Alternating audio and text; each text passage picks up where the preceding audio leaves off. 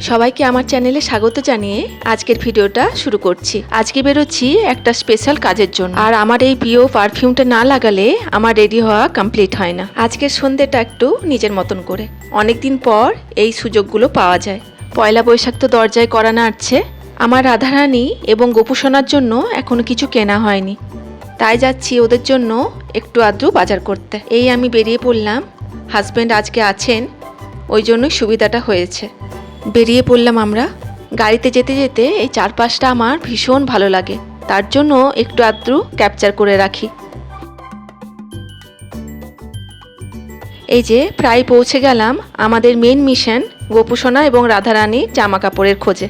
এই যে এবারে আমরা বাজারে ঢুকছি।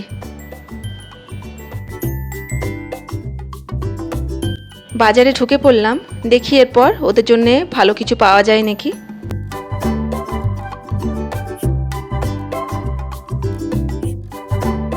দু একটা দোকান দেখলাম, ভালোই ছিল জামা কাপড়গুলো, কিউট কিউট টাইপের। এই যে দেখো তোমরা, একটু আধটু ভিডিও করেছি।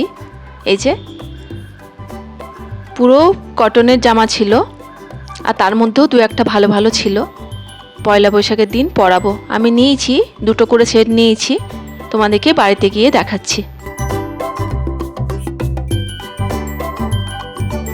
বাজার আমাদের কমপ্লিট হয়ে গেছে, বিলটা বানানো হচ্ছে, হয়ে গেলেই আমরা বেরিয়ে পড়বো। একসময় এই বার্নপুর বাজারটা প্রায়ই আসতাম, কিন্তু এখন আর আসা হয়ে ওঠে না। অনেক দিন পর এলাম, তাই আমার হাজব্যান্ডকে বলছি কতদিন আসি না।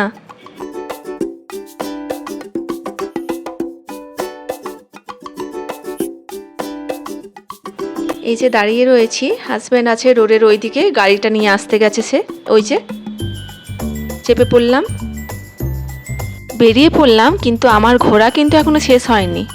বার্নপুর যাবো আর ওইটা না খেলে হয়? কি বলো তো, পোড়া চা।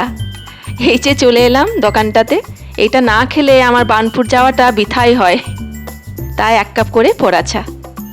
আর এই চাটা যা বানায় না, যারা বার্নপুরে থাকেন তারাই জানবেন এই চায়ের মর্ম।